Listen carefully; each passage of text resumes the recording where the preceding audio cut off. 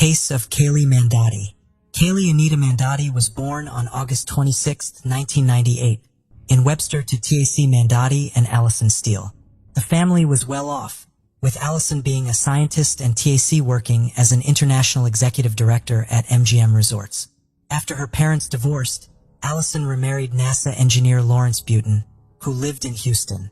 Despite her parents' separation, Kaylee maintained a strong relationship with her father, regularly communicating with him. Her stepfather also adored Kaylee and became like a second dad to her. Kaylee was not only a grateful and loving daughter and granddaughter, but also an excellent student, team member, sister, and friend, known for her infectious laughter and kind heart that could light up any room. Kaylee excelled academically and was actively involved in various extracurricular activities in school, including horseback riding, piano playing, and theater performances. She was also a dedicated Girl Scout and enjoyed spending time with her friends and family, whether it was hiking with her parents or running around the neighborhood. After graduating with honors from Clear Creek High School in League City, Texas in 2016, Kaylee went on to study communications at Trinity University in San Antonio. With her dark hair and radiant beauty, she quickly became popular among her peers, leading the football team's cheerleading squad and making many friends. Kaylee was always eager to try new and exciting things, from exploring uncharted territories to participating in extreme sports. Her love for animals led her to volunteer with an animal therapy group, where she found joy in helping others. During a football game, Kaylee met Mark Houghton, a 22-year-old athlete and professional baseball player. At first, she didn't notice him as she was already smitten with someone else. However, Mark was immediately captivated by her charisma and striking features, particularly her large black eyes. Mark and Kaylee's first two meetings didn't go smoothly, but Mark didn't give up. By September 2017, they had officially started dating. From the start, their friends and acquaintances thought they were a mismatched pair because they were both emotional and had short tempers. Their relationship was lacking in compromise and was characterized by heated arguments and confrontations from the beginning. The young couple's passion often turned to jealousy, leading to frequent quarrels. Friends who witnessed their relationship reported that Kaylee often had bruises on her arms and legs. A close friend shared a particularly disturbing incident, in which Kaylee was too afraid to retrieve her phone from Mark and asked the friend to do it for her. Things eventually escalated to a frightening point where Mark became aggressive, threatened violence, and even pulled out a gun. Kaylee was aware that her boyfriend Mark had a jealous temper, and their loud arguments were frequent. Although she never wanted their fights to be public knowledge, she acknowledged that she wasn't blameless in their disputes. However, on September 24, 2017, her roommates intervened, calling the police around 1 a.m. after hearing loud noises and Mark yelling threats from Kaylee's room. When the police arrived, they found Mark alone in the room. Kaylee refused to press charges, downplaying the incident as just a lover's quarrel. Nevertheless, her friends suspected that Mark's anger issues were fueled by substance abuse and reported his violent threats, including an incident where he threatened to throw Kaylee off a balcony. Despite their tumultuous relationship, Mark and Kaylee had moments of deep love and affection. However, their bliss was short-lived, as their argument at the Malaluna Music Festival in San Antonio on October 29th, triggered by the unexpected appearance of Kaylee's ex-boyfriend, demonstrated. The fight was so intense that they left the festival early. Mark's black Mercedes arrived at a hospital 6 hours after their friends last saw them. He rushed out of the car, frantically waving and calling for help. In the front seat, medical staff found an unconscious, semi-nude girl. The car was in disarray, with Kaylee's clothes scattered around. She was slumped forward, resembling a lifeless doll. The medical staff rushed Kaylee to the emergency room on a stretcher. Mark told them they had taken illegal substances before attending the festival, which helped doctors treat her for a possible overdose. She was later transferred to a medical facility in Kyle, Texas, where a nurse specializing in intimate assault cases examined her and found additional bruises on her arms, legs, and ear. The autopsy revealed that Kaylee died from blunt force trauma to her face and head, indicating she was a victim of a deadly attack. The police then launched an investigation to find her killer. Mark became the main suspect since he was the last person seen with Kaylee that night. Although there was no concrete evidence linking him to the crime, Mark's behavior during police interviews raised suspicions. He changed his story multiple times, contradicting his initial account. Surveillance footage also showed him and Kaylee at locations he had previously denied being at. Additionally, interviews with Kaylee's friends and family revealed a history of aggressive behavior towards her, with one of her sisters even admitting to being terrified of him. Kaylee's mother, Allison Steele, has filed a lawsuit against Trinity University, accusing the institution of failing to protect her daughter from Mark's attacks. The lawsuit, filed in Becker County District Court, also names Mark Houghton as a defendant.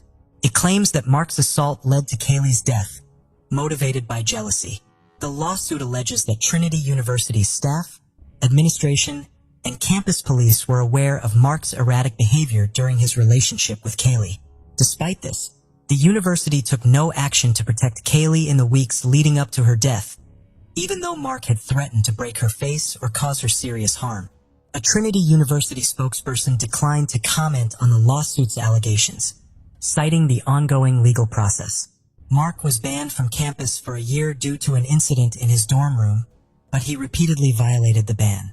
During investigations, it was discovered that Mark had a history of violent behavior towards his girlfriend, Kay, including threatening to harm her sisters and others. Her sisters reported that Mark had threatened to throw one sister off a balcony and shoot her ex-boyfriend's brothers. Mark had an arrest warrant issued against him, and he surrendered in February 2018. He faced multiple charges, including criminal acts, intimate violence, and abduction, but pleaded not guilty. The trial regarding Kaylee Mandotti's death began in December 2019. Prosecutors argued that Mark's volatile temper led him to fatally assault Kaylee, in a fit of rage, causing her severe injuries. They claimed that Mark then waited 6 hours before taking her to the hospital. Mark's defense team suggested that Kaylee's death might have been caused by factors other than Mark's, such as the banned substances found in her system, which could have led to a spike in blood pressure or head trauma during intimate activity. Kaylee's mother described her daughter's injuries as extremely severe, comparable to those sustained from a fall from an airplane. The injuries covered her entire body, from her head to her toes, including bruises, red marks, and scratches.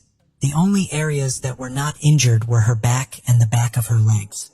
Dr. Susanna Dana, the forensic pathologist who performed Kaylee's autopsy, presented graphic evidence, including photographs of the victim's injuries.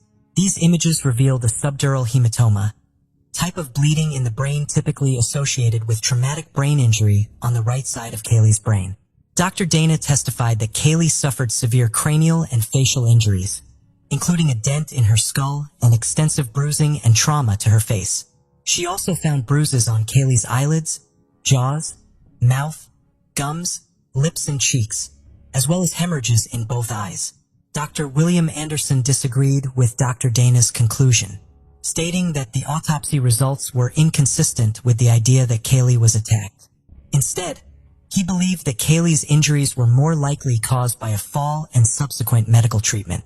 Defense attorney John Hunter argued that the prosecution lacked concrete evidence to explain what happened to Kaylee on the night in question, and that it was impossible to prove Mark's involvement. He highlighted Kaylee's history of drug use, including her prior treatment for substance dependence at a hospital.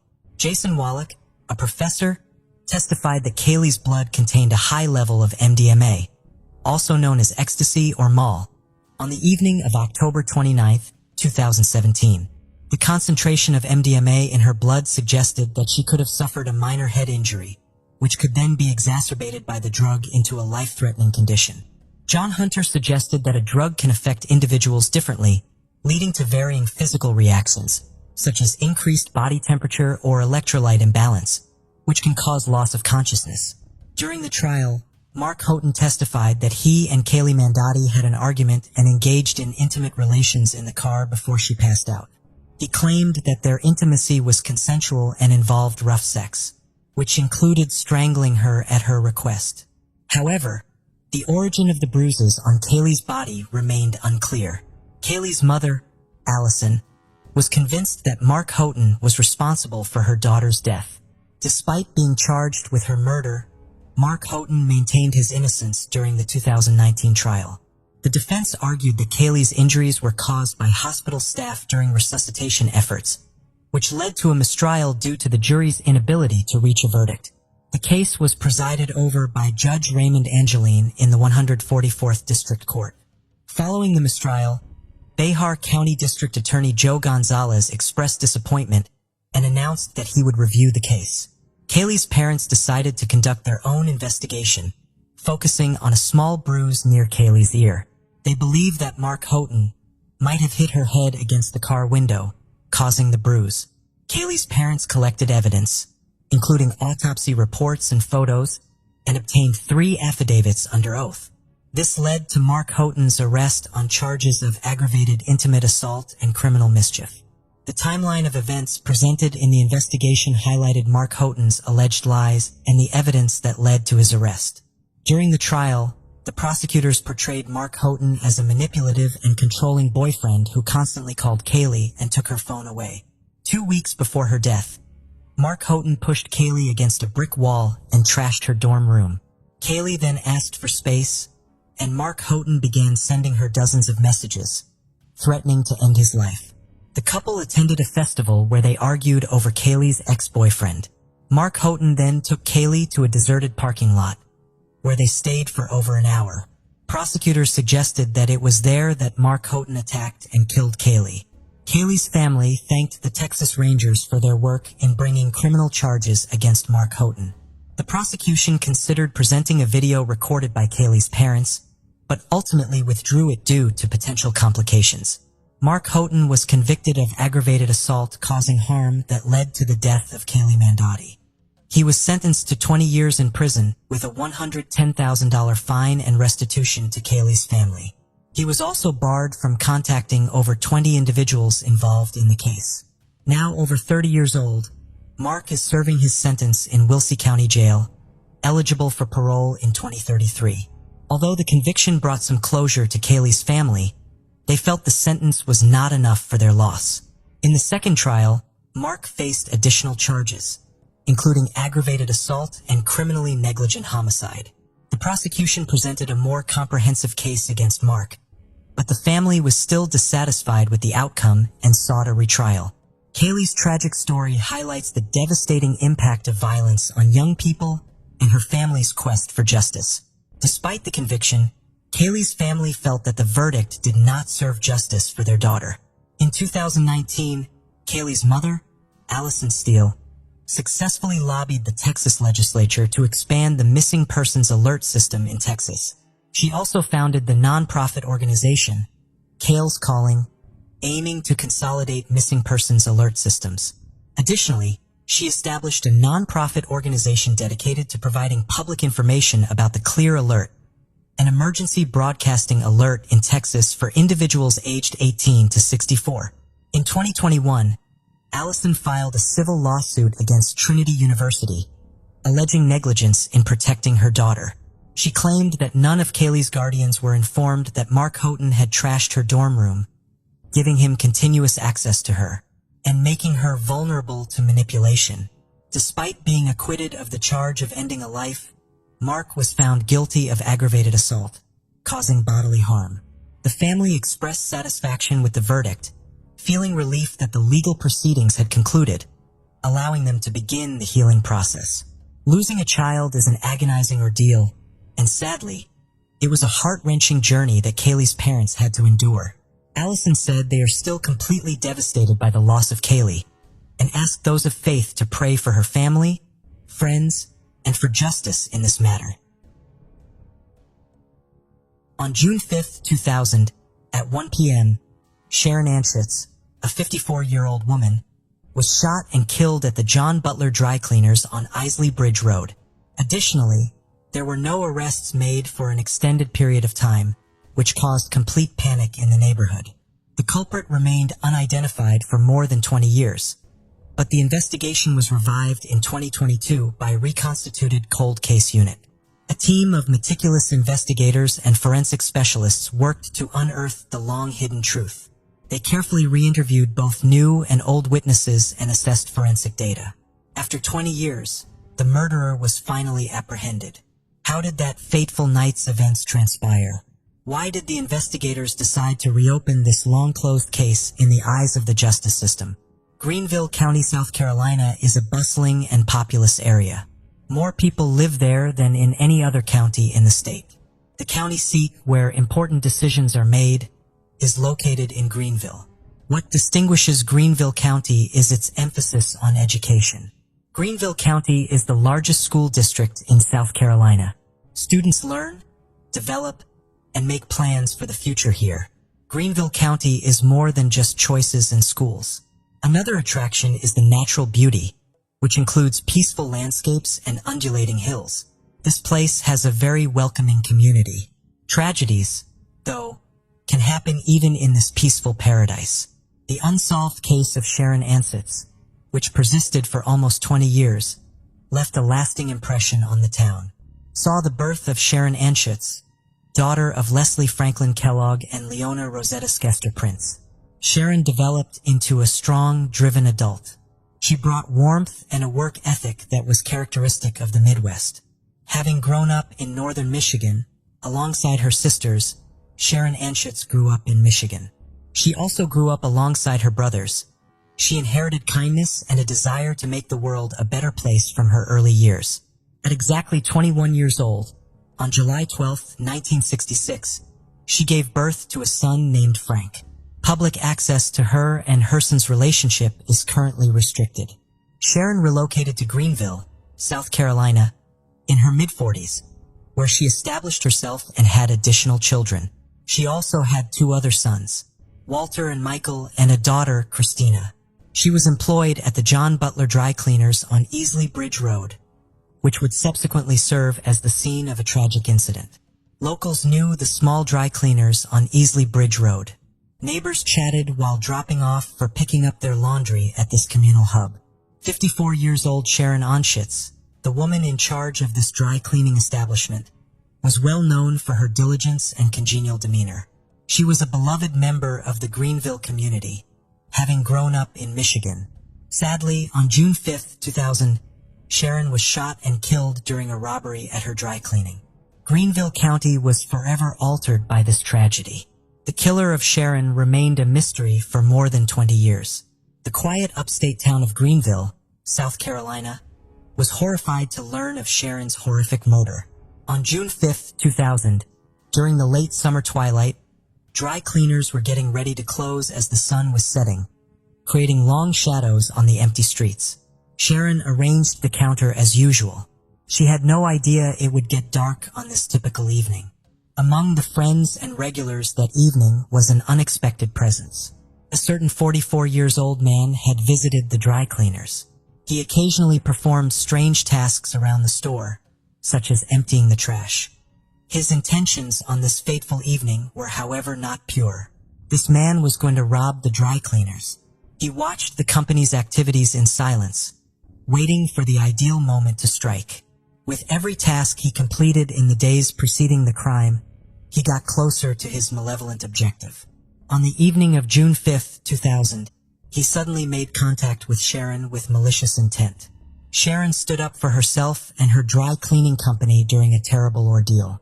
There was a gunshot at the end of the conflict that reverberated throughout the community for years. That fateful night, silence was shattered by a gunshot. The beautiful Sharon Ansitz was killed by a senseless act of violence. Her life of kindness and hard work came to an abrupt end when she was shot in the back. As the gunshot faded, the gravity of the situation hit home. Once the killer realized how serious his act was, he left shock, terror, and sadness in his wake. Tragically killed in a place where she had brought so much jewelry, Sharon lay behind the counter in the pool of her own blood. The neighborhood was shocked by the tragedy that night. At 1:30 p.m., a customer discovered her dead and called 911. The dry cleaners, which was once a cozy and welcoming place, turned into a somber reminder of the darkness that can be found anywhere. Sharon's work ethic and steadfastness were deeply mourned by her colleagues, friends, and family. While the murderer was at large, local authorities began a vigorous investigation. They wished to stop such a horrible act from occurring in their neighborhood, send Sharon's assailant to prison, and provide closure to her bereaved family. Despite their best efforts, the murder investigation into Sharon Ansett stalled. In the dark, the killer had eluded capture. Following the disaster at John Butler Dry Cleaners in June 2000, Greenville County was in disbelief following the murder of the community's beloved Sharon Ansett. Justice had to be served. The early investigation into this horrific murder demonstrated the resolve of law enforcement, as well as the community's optimistic quest for answers. When first responders arrived, the investigation started. The offender was the subject of an instant manhunt by the Greenville County Sheriff's Office. A thorough search of the crime scene was conducted for evidence, and witnesses who lived nearby were questioned. It was clear from the beginning that solving this case would require unwavering perseverance. One of the detective's biggest problems early on in the case was the absence of a suspect. With minimal evidence, Sharon was killed in the shadows. Still, the investigation was shaped by the possibility of a robbery. According to early witness accounts, the intruder intended to loot the dry cleaners. It seemed as though Sharon Ansett had been violently robbed, while attempting to defend her business. As investigators tried to find the person responsible for this horrific act of violence, this information further complicated the case. It was necessary to gather and analyze copious amounts of evidence for the initial inquiry. Every square inch of the crime scene was examined in search of hints about the perpetrator. Investigators looked for physical evidence that might provide a breakthrough, such as DNA and fingerprints. Questions were asked of witnesses at the dry cleaners. Their crucial testimony provided important details about the pre- and post-crime activities. They described the events of that night, including Sharon Anschett's terrifying encounter with her attacker. Sharon Anschett, who touched many lives, was mourned in Greenville County while law enforcement conducted an investigation. Her co-workers, friends, and family were in mourning. The community stood by Sharon's family during the investigation and promised to pursue justice. The outcome of the case depended on their determination. As leads dwindled and witnesses grew more elusive, the case stagnated. Sharon's loved ones remembered her, but her killer remained a mystery. The case was eventually filed under cold case. Leads dried up, witnesses moved on, and the trail of the criminal became more bleak every day. The prolonged investigation caused suffering for Sharon's friends, family, and community. This terrible crime's perpetrator was unknown for more than 20 years. Victim Sharon Ansett continues to exist. She was a representation of strength and hope. It was hope that justice would triumph and the truth would come to light. For more than 20 years, Greenville County, South Carolina was plagued by her cold case. A renewed quest for justice in the summer of 2022 brought this long-dormant investigation back to life. The tipping point was the new cold case unit of the Greenville County Sheriff's Office, which debuted in the summer of 2022. Sheriff Lewis established a specialized unit in 2020 to look into cases that remain unsolved, such as the Sharon Ansett cold case. His objectives were to resurrect past investigations, assess the evidence, speak with witnesses again, and employ fresh techniques. The pursuit of justice for victims of unsolved crimes was revitalized by this cold case unit. The community was assured that every case would be taken seriously and that no effort would be spared. The Sharon Ansett cold case reinvestigation started by detectives reaching out to witnesses of the June 2000 incident at the dry cleaners in an attempt to gather information. They confronted witnesses whose memories had faded. Regardless, reconstructing the crime and the attacker's actions required careful consideration of their testimonies. These extra interviews shed light on the events of that evening. The murderer's meeting of Sharon Ansett was revealed by witnesses. Their memories, though fading, were essential to solving the mystery. Technology and forensic evidence were scarce early in the case, but over time, forensic science developed. This gave the reinvestigation team the opportunity to assess the evidence with state-of-the-art techniques. Forensic specialists meticulously examined crime scene material using modern methodologies in order to uncover new information. Ballistic testing and DNA fingerprinting were repeated. Although exhausting, it resulted in a breakthrough. Old clues were re-examined and new leads surfaced as the investigation went on. Witnesses who were interviewed again disclosed the attacker's goals. The horrifying events that transpired at the dry cleaners were re-examined and determined to be an attempted robbery gone wrong. Investigators also looked into the connections of Roger Keith Hudgens, the key suspect who died in 2008. Hudgens was a neighbor of the dry cleaners. Witness accounts and his connections within the establishment shed light on the murderer's activities. The breakthrough in the Sharon Anschutz cold case was the result of diligent work, fresh interviews, and advanced forensic analysis. Investigators determined that Sharon Anschutz was killed by 44-year-old Roger Keith Hudgens at the beginning of January 2023. Testimonies from witnesses and forensic evidence shed light on that fatal evening. Horrible things happened as a result of Hudgens' plan to rob the dry cleaners. In the Sharon Anschutz cold case, no one was taken into custody despite this effort. Hudgens is the culprit, the investigators concluded, but he passed away in 2008. It provided closure to the victim's family and addressed inquiries from the community. The crime and its aftermath will always be associated with Hudgens, even though he was never charged with it. The case was resolved after years of investigation, law enforcement, and community commitment to the truth. The story demonstrates that a community can crack even the most challenging cold case, even though no one was arrested. Greenville County was prepared for the Sharon Anschutz cold case trial after 20 years of uncertainty. Justice had produced findings that would go to trial. This trial would prove law enforcement's and the community's commitment to justice, as well as provide closure for the betrayed. Roger Keith Hudgens, the main suspect, went on trial even in death. His actions on that fateful day in June 2000 were gaining legal attention, even after he passed away in 2008. The personnel at the dry cleaners knew Hudgens, a local, from Sharon Anschutz's tragic robbery. Witness accounts and forensic evidence would be used by the prosecution to discredit Hudgens. As the trial started, the courtroom was filled with anticipation.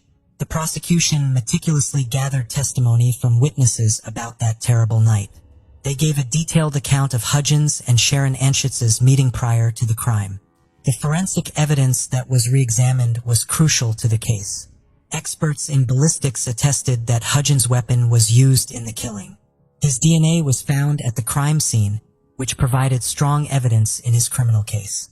To undermine the prosecution, the defense made a move. They questioned witness accounts, saying that memories had become hazy with time. To cast doubt, they also questioned the chain of custody for the evidence. For justice and closure, Sharon Anschutz's friends, family, and co-workers were present. Weeks of court cases, talks, and introspection led up to the moment of truth. The jury unanimously found Roger Keith Hudgens guilty of killing Sharon Anschutz. The verdict that provided closure to Sharon's family and confirmed the community's and law enforcement's commitment to justice reverberated throughout the courtroom. Despite his passing, Hudgens will always be associated with the senseless crime that left the town scarred. Roger Keith Hudgens was found guilty and his sentencing commenced. A sentence that was appropriate for the crime was what the prosecution sought. The defense, on the other hand, asked for mercy, pointing to Hudgens' innocence and lack of criminal history. The trial came to an end when Hudgens was found guilty of the tragedy that occurred that evening. The sentence's symbolic meaning conveys a strong message of justice. The Sharon Anschutz cold case trial served as a tribute to the perseverance of a community in cracking a cold case. It demonstrated the resilience of justice and truth. Some criminals leave an indelible mark on the people they wronged. Roger Keith Hudgens' life was connected to Greenville County's most horrifying incident in the Sharon Anschutz cold case. Roger Keith Hudgens was familiar with Greenville County. Hudgens' birth date is September 13th, 1955. He had a good local reputation. He was well known for frequenting the dry cleaners, where the old case started. Hudgens performed strange jobs at the dry cleaners over the years. Every now and then, he removed the trash. On February 17, 2008, Roger Keith Hudgens passed away. He passed away due to medical issues. Any legal action against him was terminated by his death because he would never face justice. His name was still connected to the unsolved case of Sharon Anschutz. Even though he would never be held responsible, justice would always be associated with him and his deeds. On Sunday, September 15th, 2019, two fishermen were engaged in their daily work near the aqueduct, the Neuquén province's breakwaters in Argentina. The Lime River was approached by them on the same day. They remained composed until they witnessed something that was beyond their understanding. When the water floated the remains of a young girl's body, specifically limbs and a skull, frustrated, the fishermen contacted authorities who quickly arrived at the scene. Laura Lopez, a young girl from Plodio, was quickly recalled by officers, had been missing for less than 3 days. Her physical form was not familiar. The police were unsure of her identity and continued their search in the area to discover any indications of the victim's identity. In the same river, they came across a torn-up fabric bag, tights, and shoes undergarments. It was evident that the girl had been a victim of sexual assault, not just murder. Police contacted Laura's relatives after finding the clothing and inquired if they knew about it, would be able to spot it. The officers were unaware that the investigation would uncover the truth about the case. The method used to commit the crime was even more gruesome than what had been initially suspected. Plodio, Argentina, was the birthplace of Laura Lopez on November 11, 2000. Her elder sisters, Melissa and Damaris, who were 18 years old when she was born, loved her from the first day. Laura's mother passed away when she was only 3 years old, and all 3 siblings were left as orphans under the care of their father. Despite his initial efforts to provide for the family, the father eventually became addicted to alcoholism a few years later. Despite the challenges she faced, Laura was known for her sweet and loving nature. That's why her sister began referring to her as Cielo, a nickname that everyone who knew her would call her. She was referred to by her. The girl's father was laid off years later, necessitating them to find more work. At 18 years old, Cielo began vending fried pastries during the day. She went to high school in the evening, and during her free time from studying, she spent doing something else. Ensure the well-being of her nieces and nephews. At the onset of her schooling, she had aspirations of finding a good job to restore her financial stability. A sense of stability has been bestowed upon her family. Unluckily, something took place that prevented this from happening. Cielo and Damaris spent the entire day on September 12, 2019, drinking tea with each other. Damaris finished renovating the house. Her sister joked that she had never made tea like her before. Either way, it's a good thing. It was a pleasant day. Cielo later attended school, where her peers observed something sporadic about the routine. She chose to sit at the back of the class instead of her usual spot and left after 20 minutes, the conclusion of the lesson. A friend greeted Cielo as he returned home at approximately 11:30 p.m. They spent some time conversing, drinking a few drinks and taking selfies for social media. At 3 a.m., they said their goodbyes and Cielo admitted to feeling tired but having a plan for the future, to go to sleep. A message was sent by Melissa to Lisa the next day, inquiring if she had sought medical attention for her ear issues. She was unresponsive, anxious. Melissa contacted Damaris to inquire about Cielo's presence, which led to concern, the sisters of Cielo. She was nowhere to be found and her phone was switched off. They contacted the police as they found no evidence of her presence for several hours. They were informed at the police station that they had to wait for 48 hours from the last news item. Cielo was last seen by them before they filed a missing person report. The officers speculated that she might have had a boyfriend, as it was believed to be common. Adolescents encountering a situation. Saturday was characterized by the absence of life to Cielo. The report was only accepted by the police at that point, leading to a search. Sadly, it was already too late. The Lemay River's breakwater area was the location where two fishermen were working on Sunday the 15th. Plodio is just 15 kilometers away from where Cielo calls home. They remained composed until they encountered something that caught their attention. A young girl's body, including limbs and a skull, was said to be found floating in the water. They promptly informed the authorities about this. Upon arrival, the officers observed that the brutality had been extinguished with great force. The body is the subject of discussion. It was apparent that the person in question had a thorough understanding of knives. The search for clues in the area was ongoing, with detectives still searching for any leads. The individual affected, A fabric bag, leggings, and underwear were discovered in the same river, but completely destroyed. They came across 2 rings while conducting their search. Finally, officers searched the riverbed and found a blood-stained knife. Cielo's family was soon referred to by them.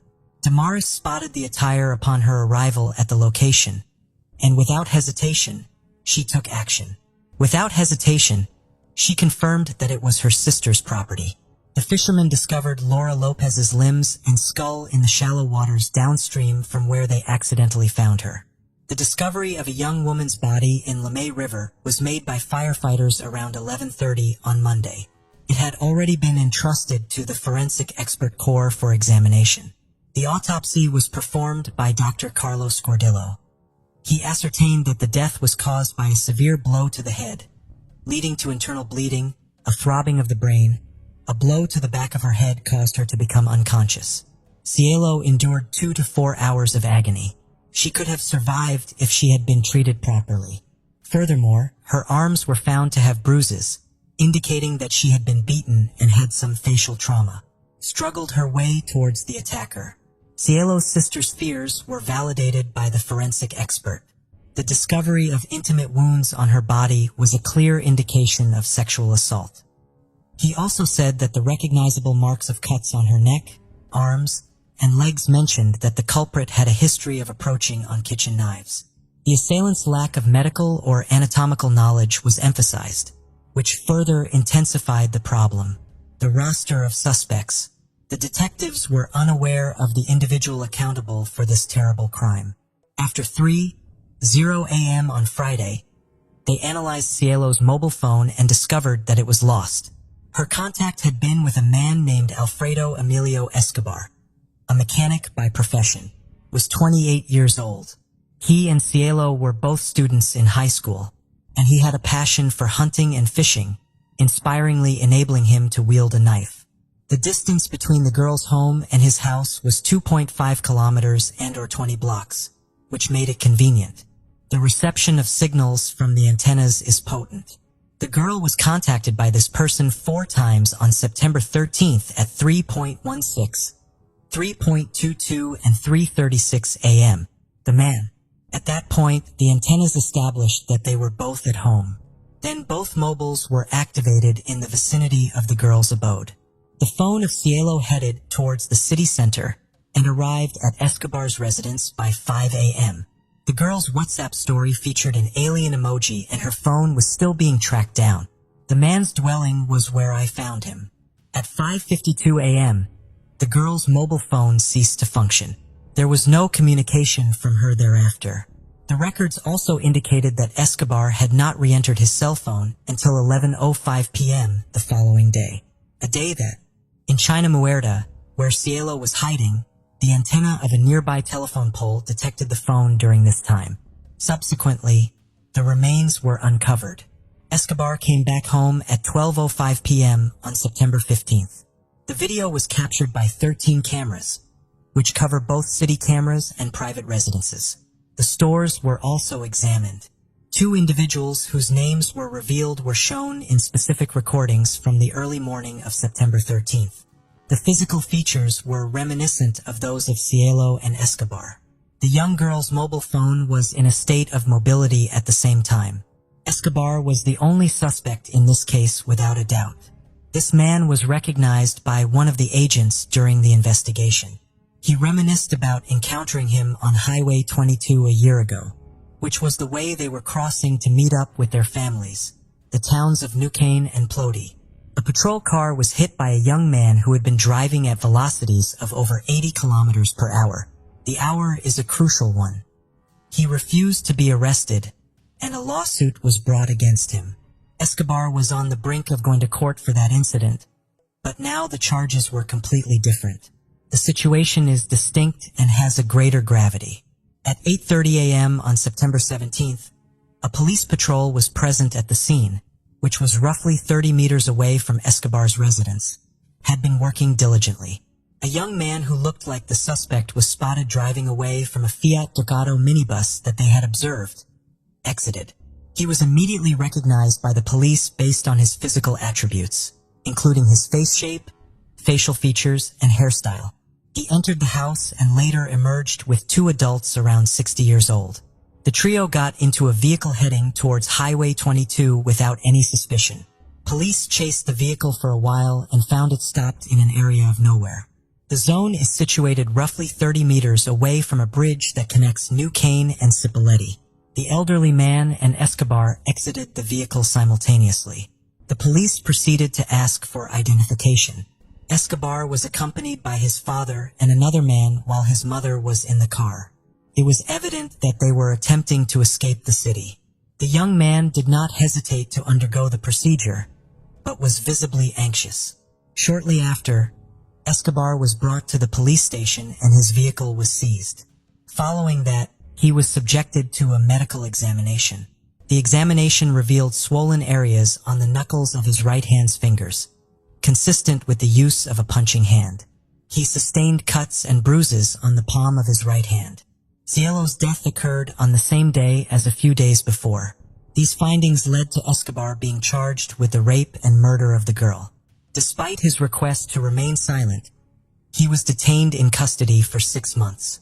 There was a fear that he might escape or interfere with the investigation. On September 1st, the first search warrant was issued at the Estrada Street residence, the location where the Escobar family made their home. The property was sizable, incorporating a construction site and 2 buildings in the back. Upon entering the sleeping area where Escobar was present, officers discovered fingerprints on the walls. The use of luminol to check them resulted in the discovery of bloodstains. A cloth stained with blood was also found by officers during the search. The situation worsened as they walked to the building that was behind the residence. Crumpled vegetation was found to have blood spots. Blood was also present on the gates, the right handle of a cart, and on one end of an infrared emitting device. It was in this place that the blow that caused Cielo's death occurred, as could be seen. The search team found blood stains at the location and then examined samples for comparison. The blood of the girl in Escobar was present. The fluid found on Cielo's body was also examined through DNA analysis. The lawyer representing Escobar stated that rape charges should not be brought up until the outcome is determined. We were seized. Nonetheless, the outcomes were achieved in a short time frame. The Ministry of Health's Central Laboratory scrutinized the samples collected during the outbreak. The victim and accused genetic profiles are matched in the search. At the time of his arrest, Escobar was wearing sneakers and a knife was discovered at the river's bottom. They were also examined. Cielo was found to have DNA matching on both items. The victim's genital area was examined using 3 swabs. Escobar's DNA was compatible with one of them. As a result, investigators could already be certain that this individual had sexually assaulted the victim. The girl was killed, dismembered, and disposed of the corpse. The confirmation was made by law enforcement officials during a press conference on September 21st. Prosecutor Juan Agustin Garcia said he believed Escobar was guilty of the crime. He accused Cielo of murdering him to cover up his rape and stated that he could be prosecuted in the event of a guilty verdict, could be sentenced to life in prison. Similar to this, more evidence was still required. Technology played a significant role in Escobar's discovery, even though he did not plead guilty. The court ordered the seizure of his mobile phone, and he was required to furnish the access code. Scrutiny. Despite having Cielo as one of his contacts, it was discovered that he had removed her from the conversation on the night, the disappearance of her. The victim's call history was deleted by him, but their social security number was not removed. Dialogues with the media, the suspect's actions on September 11th, 12, and 13 were also revealed during the investigation. Visited the social media site to check out pictures shared by Cielo. Escobar maintained his innocence despite the evidence against him. Nevertheless, the evidence indicated that he was accountable for the murder.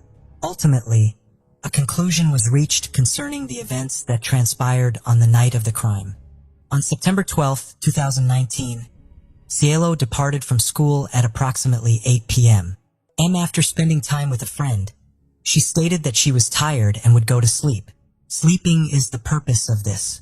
She was contacted by Escobar at 3:40 in the morning, and they started a conversation.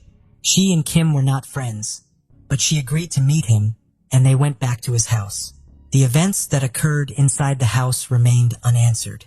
Nonetheless, the research indicates that Cielo refrained from having personal encounters with Escobar. In a fit of rage, he sexually assaulted her. He took his own life out of fear that she might report him to the authorities. He escorted her to the backyard, hitting her on the head twice. Cielo was alive at that point, and Escobar acted cruelly by hiding her body for several hours. In order to avoid being caught unawares, he also shut down his phone. Cielo's body had been lying in the shed for almost a day, and she passed away due to the injuries. The body was dismembered with a sharp knife that Escobar had hidden in his kitchen. He loaded the body parts into his Fiat Ducato minibus and drove for 15 kilometers to reach his destination, the area where the breakwaters are located. He came back to the location and turned on his phone, feeling relieved and contemplating. The conclusion was reached. This case has become a public concern for the entire city. Nukin has strongly denounced the accused. The statement made by Escobar's younger sister, who is 23 years old, was the most powerful. She posted a message on her social media profile that addressed both her brother and the victim. The publication was met with a range of responses. Some people sympathized with her situation, while others accused her of complicity. In the midst of these assaults, they requested that Cielo and her team remain attentive. Her family is a part of it. Melissa subsequently got in touch with Escobar's sister, expressed her gratitude for the message, and requested an explanation. It's time for people to cease attacking the girl since she has no history of harm. The criminal case was immediately pursued by the prosecution. The initial court proceedings were conducted in the Provincial Legislative Assembly. According to the Nukin prosecutor, Escobar was fully responsible for his actions. The girl was allegedly killed through gender-based violence, in addition to other charges, the act of rape. In the same hearing, professionals who were involved in the examination of the attire discovered in that case. The river, in conjunction with the remains and evidence found in the man's house, provided their testimony. Testimonies. Florencia, Cielo's closest friend, was the most unexpected. She stated that Escobar had been sending messages to the victim for several months, inviting her to join him, to socialize and enjoy a drink. Despite this, they had never met before. She stated that she had been acquainted with him for 5 years and was aware that he didn't have it, a highly commendable standing. Parties at Escobar's house had been a regular occurrence over the years. The house was strewn with alcohol and psychoactive substances. Intimate liaisons were openly shared by couples. According to Florencia, she had advised her friend against dating Escobar on multiple occasions. The girl consistently replied with a refusal to respond and an inability to reply to his messages. The defense questioned why she had not suggested blocking Escobar's number. In response, Florencia stated that her friend had made the decision and she didn't want to dictate anything. Her life. They exhibited the girl's surveillance camera footage while she was on the stand, the day that Cielo went missing. They exhibited her a recording from IR at 4 a.m., which showed 2 individuals standing on opposite sides of the screen, individuals heading towards the central district of the city. Florencia reluctantly acknowledged that it was Cielo. She affirmed that her sneakers, jacket, and walking style were unmistakable. The girl also recognized Escobar. The testimony of Escobar's friend exposed his impulsiveness, as the judge accused him of infidelity. His behavior was marked by substance abuse and womanizing tendencies. His ex-partner was also present in court. According to her, their relationship ended in a negative way many years ago. She reported him to the authorities as she believed he had burglarized her home and stolen money. When she reached out to him to ask for the money back, he ran after her friend who was with her. The defendant attempted to defend himself after examining the testimonies. Escobar pointed to his friend, who sold him illegal substances, as the actual offender. The offense committed. That night, I was in a state of unconsciousness. My admission is that I have committed the act of removing blood and discarding it. He stated to the local media that he had not committed murder.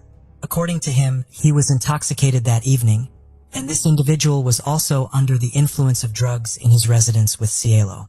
After hearing a scream from one of the rooms, Escobar immediately went to investigate what had taken place. The blood was visible and he proceeded to clean it up. He aided his friend in disguising the body. He expressed gratitude towards them for allowing him to share his supposed story at the end. The truth is what matters most.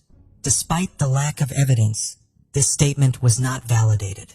Escobar was the lone suspect. He stated in his closing argument that this man exploited the fact that they betrayed the victim's trust by being somewhat familiar with her. He orchestrated the cruelness of his behavior and the gruesome method of disposing of the remains. Alfredo Emilio Escobar received a unanimous verdict after the jury deliberated for only 40 minutes, convicted of raping and murdering Laura Cielo Lopez, aged 18. The charge that the latter one was brought up was made worse because it was aimed at hiding the attack. The issue of gender violence was a part of it. Due to these reasons, he was given a life sentence with no chance of release. The Cielo Lopez law, which was passed by the Neuquén provincial government, has been in effect since then. Strive to eradicate violence against women, all ages, including students and teachers, are required to receive training on gender violence. Fortunately, he was not forgotten, and a life sentence is reassuring. The victim cannot be brought back to life by involving society and the family, as per Marcelo Henriques, the family's lawyer in Velasco. Karen Moore, a 52-year-old Caucasian woman from Davie, Florida, left her home at 7 p.m. on June 26, 2001, the day before her birthday, and she would never come back. Christina, her 8-year-old daughter, would return from summer camp the following day in honor of her mother's birthday, but her mother would not be there to welcome her home. Where might Karen have gone to? Was there any criminal activity surrounding her disappearance? Will she ever return? Christina had been looking for answers to these questions for 22 long years until now. Davie, a cozy suburban community in Florida's Broward County, offers the warmth of a close-knit neighborhood and the vitality of Western-themed attractions. Both tourists and locals find the city's year-round sunshine, mild weather, and the close proximity to beaches to be attractive features. Due to Davie's position as the center of several university campuses, it is well known for housing college students. Davie offers an abundance of recreational opportunities, high-quality education, and friendly neighborhood living. It is in this beautiful city that our case starts today. On June 27, 1948, Thomas Stewart Moore and Olga Charlotte Moore welcomed a daughter into the world. Karen Elizabeth Moore was the name they gave her. She had a sister named Pam as well. Growing up, Karen loved playing the piano, sailing, hiking, and cooking. Since she was a young girl, Karen has had a strong interest in travel. Nobody would have imagined that one day she would leave and never return. She earned her associate's in art degree in 1968 and her bachelor's in science with a nursing major in 1979. 53 years old Karen Elizabeth Moore and her husband were divorcing in 2001. She had a restraining order against him. Christina was their 8-year-old daughter, and Karen was granted full custody of her. Prior to her disappearance, Karen worked as a nurse at the Boca Raton retirement community, Edge Point Estates. And despite working full-time, she never wavered in her commitment to giving Christina a good upbringing. She made certain Christina had the most enjoyable years of her life. Christina recalls Karen as a loving mother as well, even though she worked as a nurse. Karen made out time to spend with Christina by taking her to the zoo and engaging in other activities. She simply wanted to give her daughter a happy and healthy childhood. However, the happy picture of this family would soon change into a sad one that was full of unanswered questions. On June 27, 2001, Karen was to turn 53 years old. To celebrate with her mother, Christina returned from her Girl Scout camp, but Karen wasn't home to welcome her. When Karen failed to pick her up, Christina knew that something was wrong. Karen was a nurse, so it was conceivable that she was preoccupied at the office. However, Karen was always available for her daughter and would have sent someone else to pick up Christina if she had to go to work. It was a very strange situation. The story that followed grew eerier by the hour as the day passed by. Around 6:30 p.m. on June 26, 2001, Karen paid her neighbor's son to mow her lawn, and that was the last time anyone had seen her. Around 7 o'clock in the evening, she left the house in her white 1999 Saturn. Nobody knew why she had stepped outside or where she might have gone. After waiting for hours and she still failed to show up at the house, Pam Kleiss, Karen's sister, called the police. Pam revealed that on the day Karen vanished, she had asked her ex-husband to pick up Christina from camp before she left for work. She then later had a quick conversation with her neighbor's son before leaving the house. Nobody knows what happened after these incidents. The following day, she had a job to report for. Keith Kreidel, the executive director at Edgepoint Estates, the retirement community where Karen worked, mentioned Karen's 8 years of reliable and responsible work history. Because Karen cared so deeply about her work, if there was ever an urgent task, she would have notified the establishment. Everyone, including her, was aware of how much Christina meant to her. There was no question that Karen did not leave on her own accord. Was this merely a distressing accident, or was there another factor at work here? The search for Karen Moore was hampered by the police's limited resources and growing suspicions. Tracking her car was the first thing they needed to do. Karen was driving a white 1999 Saturn 4-door with a license plate due to CHU when she mysteriously vanished. On the back of her car was a sticker for Indiana State University. Every detail of this information was made available to the public. A woman soon reported seeing the same car in South Miami-Dade County. According to a tip given to Davie Police Department Detective James Frankwiz, but the information was unconfirmed and unsupported by any other witnesses. In a last-ditch effort to move the case along, the police published a missing poster that described Karen's appearance. She was depicted on the posters as having brown hair, brown eyes, and glasses. She was described as being 5 feet, 4 inches tall. The police were searching for leads to find Karen's whereabouts, but were having no luck. Her home's initial inspection was a sufficient indicator of bad news. Her entire wardrobe, luggage, and even her phone were discovered at home. A closer inspection of her home revealed no indications of trespassing or forced entry. The detective surmised that Karen must have left the house voluntarily, but it was still unclear why she had left. Detective James Frankwiz informed the public that Karen Moo's phone and financial records were being investigated by the police. He immediately ruled out theft or robbery when her bank account and credit card showed no activity. This implied that Karen was in a terrible situation. Since she still had all her necessities at home, she would have needed money to support herself right. The police were asked by Karen's family to use a helicopter to look for her, but they were unable to do so because they were in shoe of Karen's possible route. Karen Moore had completely disappeared without a trace. Despite the Moore family and the entire police department posting missing person posters with rewards, days turned into weeks and weeks turned into months and months turned into years as Karen's family waited for her to return. Years and years passed, but Karen never came back. Although Christina, her daughter, got married and had kids of her own, Karen's fate from that day remained a mystery.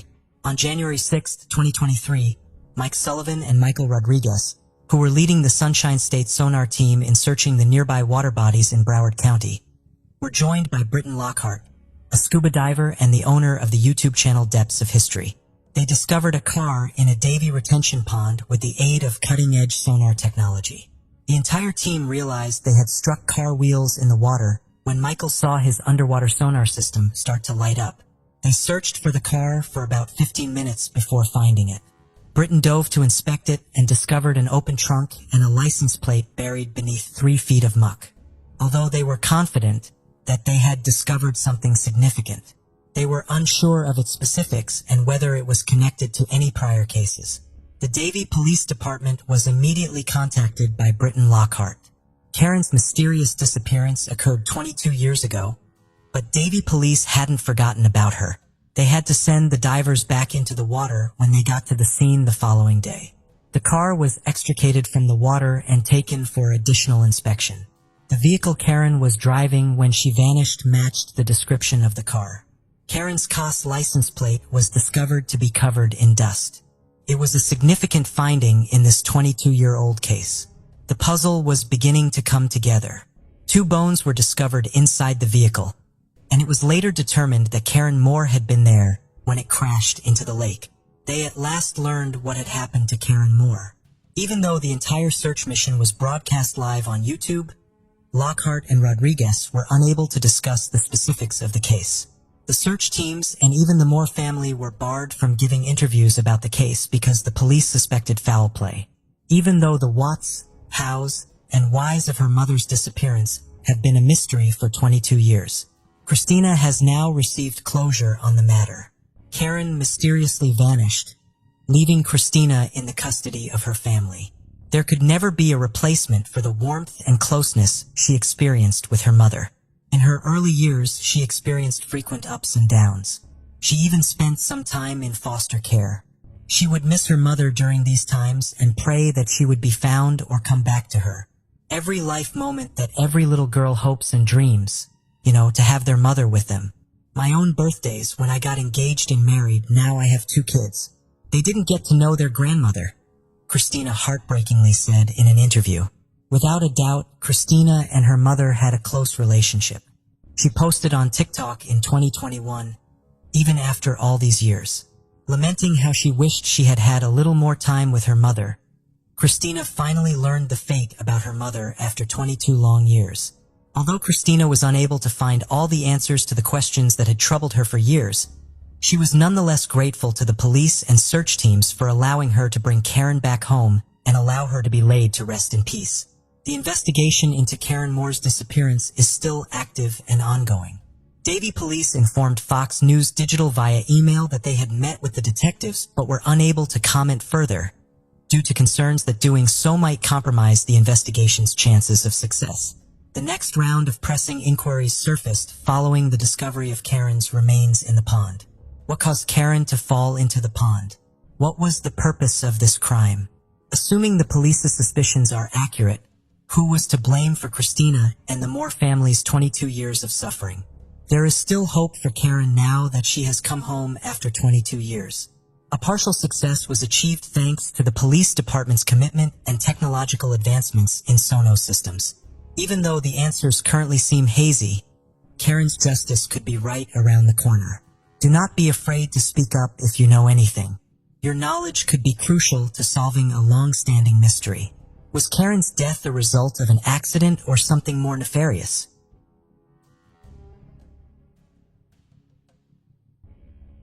For the Hallback family, a reminder that nightmares can filter into reality. For Teresa Hallback, October 31st, 2005 was another day at the office. As a freelance photographer working for Auto Trader magazine at the time, she received a call to shoot a few photos at the Abray's Auto Salvage. She was never seen again. First reported as a missing person on November 3rd, 2005, a large-scale search began for Teresa. On the afternoon of November 5th, 2005, her Toyota RAV4 SUV was found partially concealed in Avery's salvage yard. Investigators later discovered blood in the vehicle. Charred bone fragments and teeth were also found in a burn pit on the same property. Her car keys were in the room of the property owner, Stephen Avery. Born on March 22, 1980, Teresa was one of 5 siblings. Her parents, Richard and Karen, raised her on the family dairy farm. When she was 8 years old, her father sadly passed away. Karen eventually remarried Richard's brother Thomas, and together they raised their blended family. Teresa was an outdoorsy girl who aspired to work for National Geographic as a photojournalist. Friends described her as having an uncanny ability to make everyone feel welcomed. She was dedicated to her studies, making summa cum laude with a degree in photography. After graduating from the University of Wisconsin-Green Bay, Teresa continued to work with Pierce Photography, whom she interned with during her college days. She started her own business, Photography by Teresa, and operated out of the Pierce studio. She traveled extensively, and to supplement her income, she took on freelance jobs for Auto Trader magazine, taking pictures of vehicles that were put up for sale. It was this job that led to her untimely death. All the evidence found pointed to one person, Stephen Avery. Avery had contacted Teresa to set up an appointment to take pictures of his sister's minivan.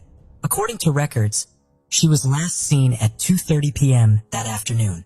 This was later confirmed by Stephen's nephew, Bobby, who told police he saw the car enter the salvage yard. Avery was initially charged with a weapons violation as a convicted felon. On November 11, 2005, he was formally charged with the murder of Teresa, kidnapping, sexual assault, and mutilation of a corpse. The blood found in the SUV proved a positive match for Avery's. A set of car keys belonging to Teresa found in Avery's room. All the while, Avery maintained his innocence, alleging the police were trying to frame him. He was in the middle of a civil lawsuit with Manitowoc County for $36 million. Stephen Avery, war on July 9, 1962, is a Manitowoc County native raised in Wisconsin alongside his two brothers, Charles and Earl, and sister Barbara by parents Dolores and Alan. He dropped out of high school with reports suggesting he had an IQ of 70. Stephen was no stranger to the law. In 1981, he served 10 months in jail following the burglary of a bar. A year later, he pleaded guilty to animal cruelty after pouring gasoline on this pet cat and tossing it into a bonfire. For this, he served another 9 months. In 1985, he threatened his cousin Sharon Morris by forcing her off the road and thereafter pointing a gun at her. He later alleged that he wanted her to stop spreading rumors. She'd filed a report alleging that he exposed himself on several occasions and was meeting in the front yard. Although he received a 6-year sentence for his crime, he was granted bail and released. However, it was a case of mistaken identity that hadn't locked away for nearly 2 decades. Penny Bjornston reported that she'd been walking along a beach near Two Rivers when she was attacked and assaulted on July 29, 1985. Police believe the description she gave had a striking resemblance to Avery. She went on to choose his photo during an interview with police and later picked him out during a suspect lineup. He was arrested and charged with the attack on Bjornston. A state-appointed forensic official claimed that a hair frown on Avery's shirt was consistent with the victim's. This evidence led to his conviction in December 1985. All this despite a staggering 16 witness testimonies and a time-stamped receipt to prove his whereabouts at the time of the assault. Stephen was convicted of rape and attempted murder and sentenced to 32 years in prison. Avery maintained his innocence and appealed in both 1987 and 1996. Both appeals were denied by the higher court. In 2001, though, Stephen made contact with the Wisconsin Innocence Project. The organization took on the case, and in 2002, Stephen was exonerated after DNA evidence proved he was innocent. It was later learned that another man, Gregory Allen, committed the crime and did, in fact, confess to it in 1995. Deputies allege that Sheriff Deputy Thomas Kokorek received a call and said, "We already have the right guy. Don't concern yourself with it." Allen and Steve bore a striking resemblance. Allen also committed a similar crime in the same area that Jensen was attacked and was under police surveillance, but he was not considered a suspect. Allen was not even called up as a suspect in the lie-up. After 18 years, Stephen walked out a free man on September 11, 2003. He then went to file a civil lawsuit against former Sheriff Thomas Korkorak and former District Attorney Dennis Vogel to the tune of $36 million. His freedom wouldn't last long. When Teresa was reported missing, searches were conducted in the salvage yard. This was the place she had last been seen, as confirmed by Stephen's nephew, Bobby Gassi. Stephen claimed that he'd spoken to Teresa when she came by to take the photos, and then she left. Apart from the bone fragments, SUV, car keys, and blood found in the car, a bullet with Teresa's DNA was discovered in the garage. While incarcerated for Teresa's murder, Stephen's lawsuit was settled in February 2006, and he was paid a mere $400,000. While in jail, Stephen's younger nephew, Brendan Dassey, was also questioned in relation to the murder. Brendan, who was 16 years old at the time of the murder, was interrogated by police without parental supervision or a lawyer being present. Brendan confessed to investigators that he and Stephen first assaulted Teresa before murdering her. They then burned her body to destroy evidence. I go down to put it up aside. Tear it up, pull it, cut it where? I'll just throw it. He was charged in March 2006 as an accessory to the murder. He later recanted his statement, claiming that he'd been coerced by detectives. Brendan was charged with the same crimes as Stephen, although there was no physical evidence linking him to the crime scene. Stephen was convicted in March 2007 and sentenced to life in prison without the possibility of parole. Later that same year, Brendan too was found guilty and given a life sentence with the possibility of parole in 2048. But there was not to be a cut and dry solution to the murder. The conviction sparked controversy. It was a sensational case. Stephen was the first of the Innocent Project's 174 insinuated convicts to be charged with a violent crime after being released. This caught the interest of aspiring filmmakers Laura Ricciardi and Moira Dimas. Making a Murderer premiered on Netflix in 2015 and created a media maelstrom. The documentary, which took 10 years to research and produce, profiled the case of Steven Avery. The series chronicles the case timeline, beginning with Stephen's wrongful conviction in 1985 and subsequent exoneration, civil lawsuit against the men at Toa County, and the arrest of Stephen and Brendan in regard to the murder of Teresa Halbach. It received both praise and criticism from critics and those directly involved with Teresa's case. The story, caused on an international level, has driven to division and public opinion. A petition to have Stephen and Brendan pardoned was drawn up and sent to the White House. It garnered over 128,000 signatures, but still failed to make any impact. The White House stated, as the convictions were made in a state court, the president had no authority to pardon either defendant. There are those who firmly support the innocence of Stephen and Brendan. These include his immediate family, who have supported him and also pray for the real killer of Teresa to be found. Sandy Greenman, Stephen's ex-fiancée, is one such person. Greenman has been his avid supporter, going as far as to start a Facebook page to garner support and give exposure to the case. She described him as a model inmate. Greenman stated that people take a perverse pleasure in tainting Stephen's name. People like to say Steven Avery has been violent all his life, which is not true, she said. Most notably, though, was the support offered by Kim Kardashian. The socialite has been using her influence to advocate for a fair justice system. Having come across the case on the social media site, her interest was piqued. Although she's made appeals to the governor, even her level of influence has no sway. However, she hasn't given up and hopes to seek justice for both Stephen and Brendan. The other half feels Stephen is where he belongs. On that side of the coin is Jody Stokowski, another ex-fiancée. Jody initially pledged her support in Stephen's innocence during the documentary. Afterwards, she alleged that she had lied and it was all an act. Jody went on to explain to Nancy Grayson in an interview that he threatened to kill her and her family. He alleged that he wanted revenge on all women after his life was wrongfully stolen from him. Stephen is the one person I can't trust. He's a monster, she said. The show also ignited a debate regarding the perspective covered by the documentary. For the supporters of Stephen and Brendan, they feel the points most significant to the trial were highlighted. Dean Strang, one of Stephen's attorneys, agreed that the documentary covered enough to give the public a chance to judge for themselves. He disagreed that the series was subjective. As for the relatives of Teresa, they say the show saddened them. The Hallbacks stated the show sought to entertain and seek profit from their loss. Teresa's aunt, Kay Giordana, and cousin-in-law, Jeremy Fournier, both stated that the show was one-sided. Former Calumet County District Attorney Ken Krantz alleges he was not given a chance to tell his side of the story. The filmmakers denied this and claim that he refused to give an interview. In an interview with People magazine, Krantz alleges the documentary has left out key pieces of evidence. These include Stephen using a fake name when calling Teresa DNA belonging to Stephen was found on the SUV's hood latch, and a ballistics report showed that the bullet found in the garage was fired from a rifle owned by Stephen. Krantz further alleges that prior to her murder, Teresa had once before made a trip to the Avery residence.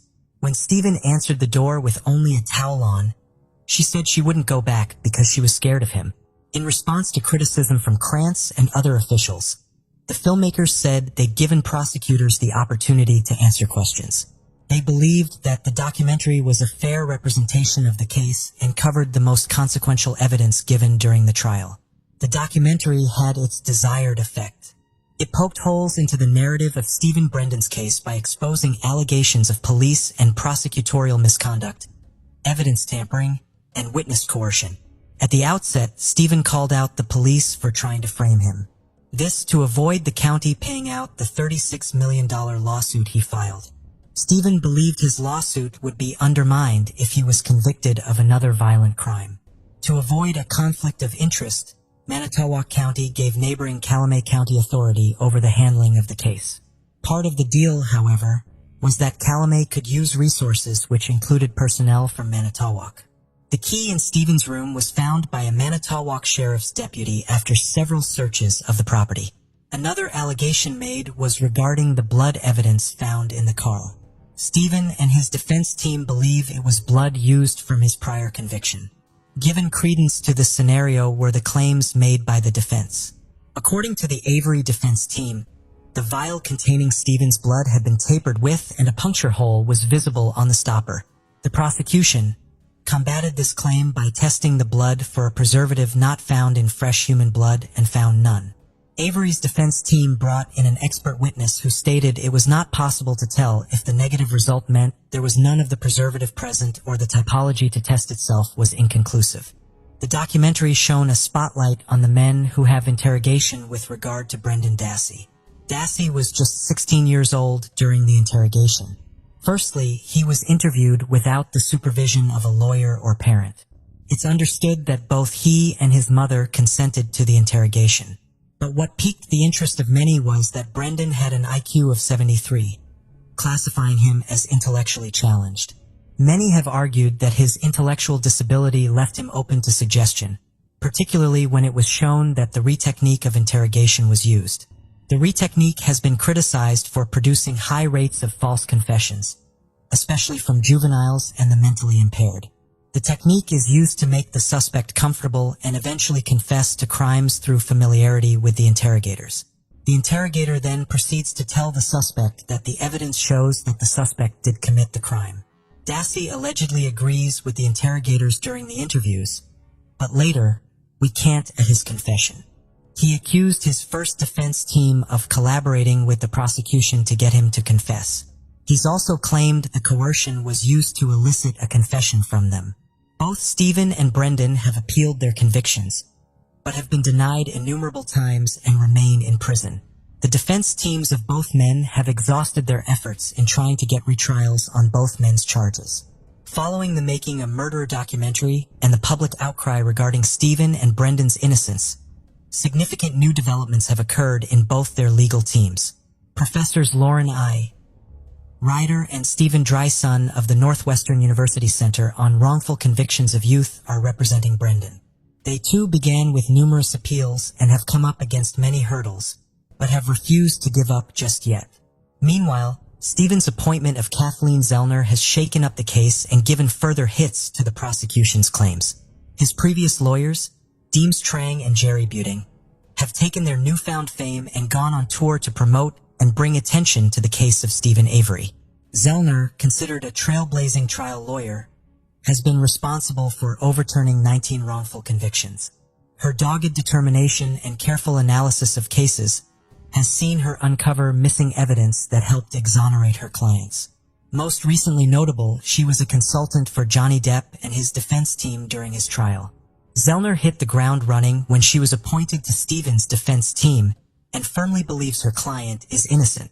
One of the first things she put to rest was the alleged confession of Joseph Evans Jr. Evans alleged he was responsible for killing Teresa and trying to frame Stephen. Zellner stated that it was a not-so-subtle attempt at publicity. Previously, Evans played snitch and allegedly wrote a 9-page letter to media outlets, claiming he heard Stephen confess to the murder. This time, though, it seems he wanted in on a portion of reward money to make his life in prison more comfortable. However, his claim is not gaining the traction he expected. In August 2016, Zellner filed a motion demanding new scientific testing be done. Willing to pay for the extensive testing, Zellner intended to use this evidence to prove that Stephen had been framed. The theory was that 3 different burn pits showed evidence of human remains being burned. A particularly significant find was thought of a human pelvic bone fragment, a bone that was given to the hull box as part of Teresa's remains. This action, claims Zellner, was proof that Teresa's remains were planted in Stephen's burrowing pit. The defense, however, didn't get the opportunity to test these bones as they were not disclosed to them. This was a Brady violation according to Zellner, meaning that evidence which could have helped exonerate Stephen was not disclosed in the proper manner with regards to the criminal case. Crucial evidence was just out of their reach. Zellner remained relentless in her pursuit for justice. She approached the case with a new angle, one that could potentially point to a new suspect in the case. Being unable to test the bone fragments, Zellner opted for forensic testing of the Dassey family computer. What she found on it was damning. Pornographic images of women in various stages of torture, violent images and videos depicting women as victims. All these images were allegedly accessed at times when Bobby Dassey was at home. Furthermore, Zellner pointed out that Barbara, Bobby, and Brendan's mother, along with Stephen's sister and her husband, Stott Tadich, were trying to get rid of evidence that could implicate Bobby. The forensic team were able to download 2,449 pages of data from the computer to a CD-ROM to present as part of the motion for a retrial. On it were all the searches, videos, and photos accessed by Bobby. Bobby is the older brother of Brendan and the nephew of Stephen. He was also the key eyewitness for the prosecution at Stephen's trial. He alleged that he last saw Teresa going to his uncle's house, and when he returned from hunting that afternoon, did not see her or the car again. Added to these claims are the allegations of his half-brother, Brad Dassey. Brad is alleged to have said he believes his uncle is innocent. He also made claims that his stepmother, Barb, and Stephen's brother-in-law, Scott, wiped the computer, deleting all pornographic material. Allegedly, Barb has filed a harassment suit against Brad, following a conversation they had about tracing deleted files from a computer, which some believe is, in part, to ensure Brad remains silent about his knowledge. For Bobby, though, the final nail in this coffin could be the evidence that exonerates Stephen and, in turn, Brendan. An eyewitness has come forward claiming to have seen Bobby being assisted by a much older man pushing Teresa's SUV back into the salvage yard. Thomas Sawinski stated in a sworn affidavit that he drove by Bobby and the other man while en route to deliver newspapers. When he passed the duo a second time, Bobby allegedly stepped out in front of his car to stop him. Thomas swerved to avoid him and continued on his morning route. He said that Bobby's eyes showed he was not pleased to see him there. Following the discovery of the SUV, Thomas realized the significance of the find and contacted police. He told them everything he'd seen that morning, and their response was, "We already know who did it." He provided his details, but he'd never heard back from them. For Zellner, this provides a contradiction to the prosecution's key witness. If proven true, which she's confident about, Bobby's testimony would be false. Zellner believes the rejection of all the crucial evidence in favor of Stephen denied him a fair chance to prove his innocence years ago. The newly filed motion is still with the appeals court and is awaiting an opinion or decision to be read over in November 2022. Stephen Avery continues to maintain his innocence. Kathleen Zellner, in her own words, says she represents the wrongfully convicted and added, "If you lie to her, she will find you out." Could Stephen be the scapegoat to a bigger conspiracy? Is this all a conspiracy to discredit Stephen's claim of improper police procedure, or was there a monster truly hiding within Stephen all these years? 21 years old Ashley Parlier and her parents, Reese and Sherry Parlier, got into a fight on Sunday, June 12, 2005, and she angrily stormed out of their Battle Creek house. Ashley was still missing after a week, so her family filed a missing persons report. All searches for her whereabouts for more than 10 years were fruitless. It wasn't until years later that her family and the police finally received the information they had been frantically looking for. What possible places could Ashley have gone? What ultimately allowed what had happened to her to be discovered? Stay with us as we reveal the mystery behind this cold case that finally became solved after 18 years. According to the 2020 census, Battle Creek, which is located in Michigan, has a population of over 50,000. The city has a variety of recreational areas and historic sites, which helps to create a tight-knit neighborhood where people get to know one another by name and take part in adventurous activities, despite its friendly and welcoming atmosphere. Battle Creek faces serious safety concerns because its violent crime rate is significantly higher than the national average. The community's distress over Ashley Parlear's disappearance in 2005 was worsened by this situation. A case that left the locals shaken and looking for explanations. Ashley Parlear was birthed into the world on October 16, 1983, to the joy of her parents, Russell and Sherry Parlear. She was the second child in the Parlear family. Her early years gave the impression of a young girl who was reserved. This was more a function of her inherent nature than a lack of enthusiasm for life. In fact, Ashley's older sister, Nicole, used to make jokes about how she had an unshakable faith in people. Ashley, who had dark brown eyes and a smile that revealed her slightly misaligned but utterly endearing teeth, tried to see the best in everyone. She really believed people were just as she imagined, good-hearted. Nicole recalled, despite having a mild mental disability that limited her cognitive functioning to that of a 12 to 14-year-old, Ashley never allowed that to decide her life. She had a strong and firm spirit. She obtained employment at the nearby Taco Bell after graduating from Battle Creek High School, which is situated in the busy block of Northeast Capitol. At that point, her aspirations of getting her very own car began to take shape with each paycheck. She withdrew a small portion of her earnings, daydreaming about the independence a car would provide. Nevertheless, despite Ashley's optimism and ambitions, life had other ideas. For someone as trusting and kind as Ashley, the world was sadly not prepared to return her kindness because the unexpected twists of fate lurked in the shadows. No one knew she was about to face a tragic end that would make her optimism for a better future dim.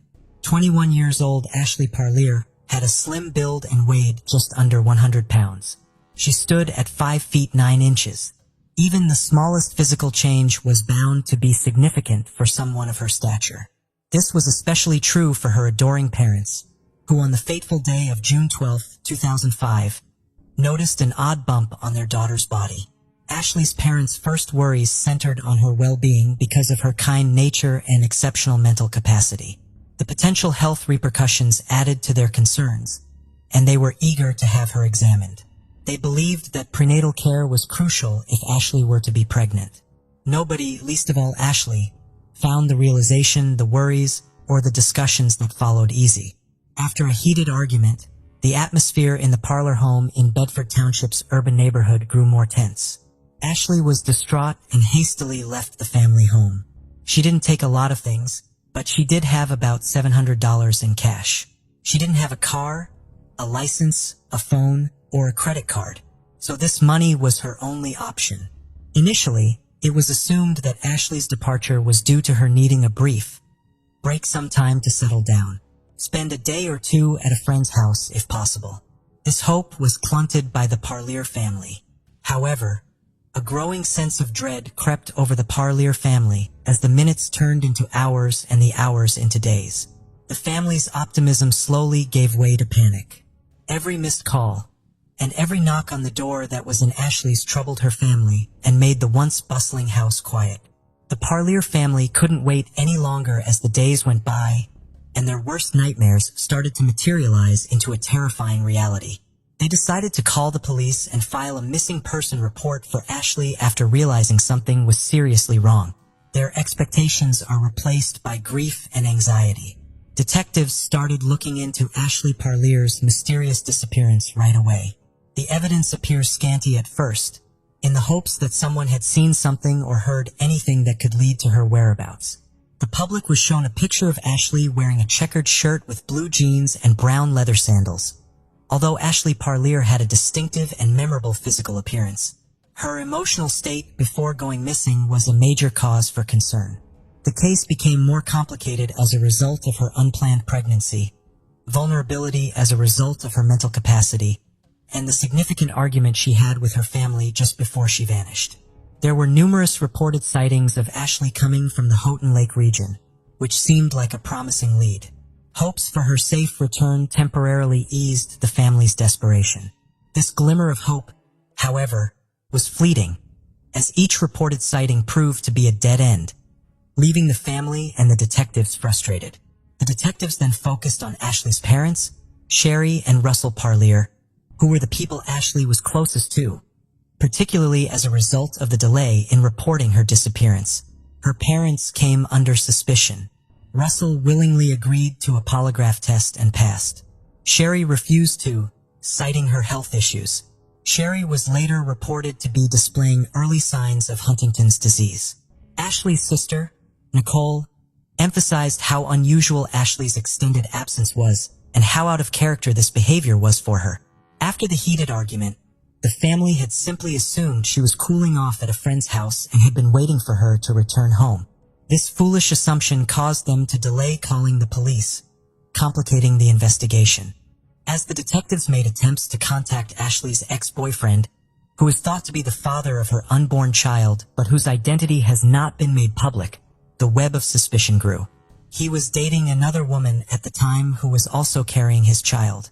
Despite not being exonerated, there was no evidence linking him to her sudden disappearance. The investigators ran into numerous leads as they dug further. Some have speculations that Ashley might have had a fragile mental state. In an effort to find information that might offer some sense of closure, this prompted the police to search grimly for a body, but they turned up nothing. Another theory claimed that Ashley had been robbed, but that was disproven by the fact that nothing had changed regarding her social security number. The depressing reality set in as each day went by.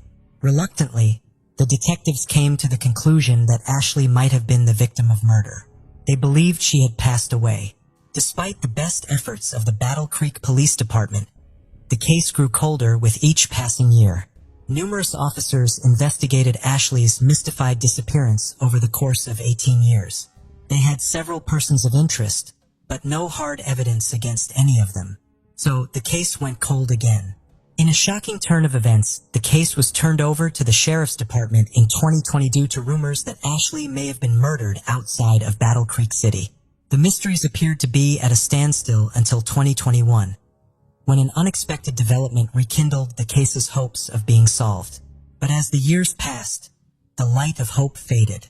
The once hot case soon became a frozen mystery because the trail of leads had grown stale. The leads had almost completely disappeared despite the investigators' best efforts, leaving them in a chilly state of uncertainty.